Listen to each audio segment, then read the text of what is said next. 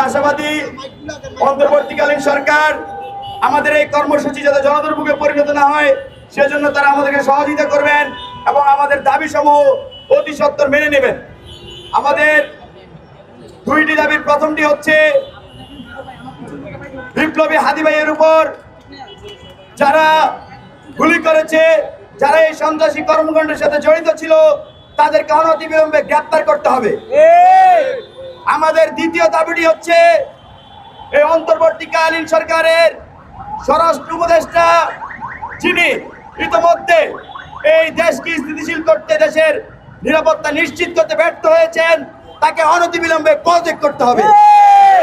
1 2 3 4 জাহাঙ্গীর নম্বর 1 2 3 4 জাহাঙ্গীর নমর 1 2 3 4 জাহাঙ্গীর নমর জাহাঙ্গীর নমর 1 2 3 4 1 2 3 4 জাহাঙ্গীর নমর দফা এক দাবি এক জাহাঙ্গীরের পদত্যাগ দফা এক দাবি এক জাহাঙ্গীরের পদত্যাগ দফা এক দাবি এক জাহাঙ্গীরের পদত্যাগ।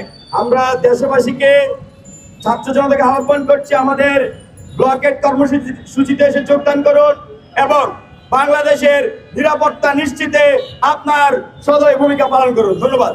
আমাদের ব্লকেট কর্মসূচি চলমান থাকবে।